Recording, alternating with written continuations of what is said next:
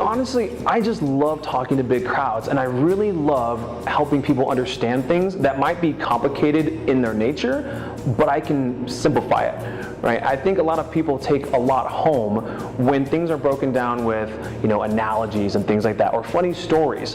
When I go to conferences and if I watch a speaker on something that's a very technical topic or something that might normally be what people would think, boring or something, I think it's really cool when you get a speaker that can make it fun and relatable. And that's really just what I like to do, because I like to teach, and I love it. I've been an instructor for things before. I've taught a lot of stuff for classes and things like that, and I just always thought it was really cool to see people really engaged, right? Their eyes light up, they're taking notes, and they're asking questions, they're raising their hand. I love engaging with audiences in general.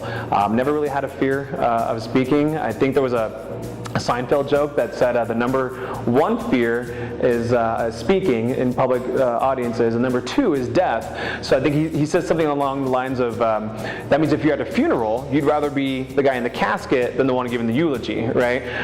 Which I always thought was kind of funny, but I luckily have no fear when it comes to getting up and talking about a subject.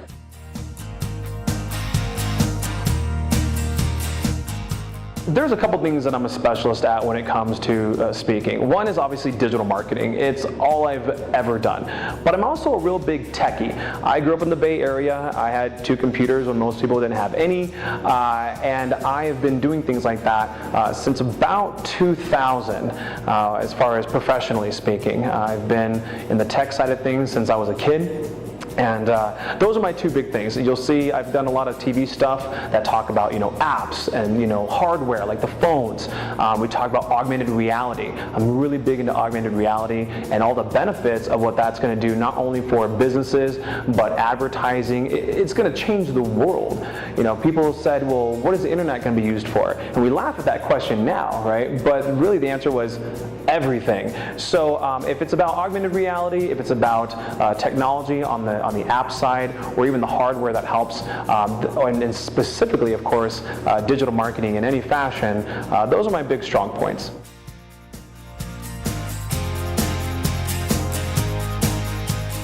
So essentially my style of speaking is pretty loose and relaxed. I don't go for super suit and tie professional. I don't do super technical types of speaking. I like people to just relax and enjoy themselves.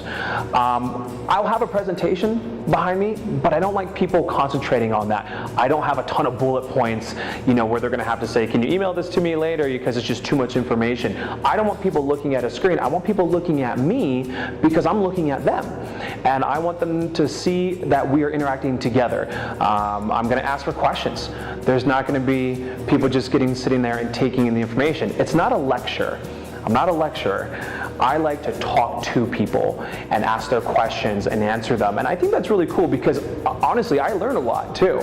I've been doing this longer than anyone I know in digital marketing, and I'm still learning. And sometimes I learn just from these questions. And it's really great because that means that they're learning too.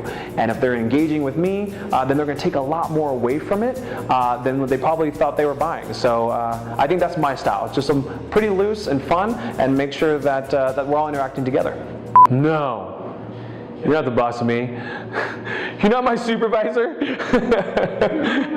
You're not my real mom.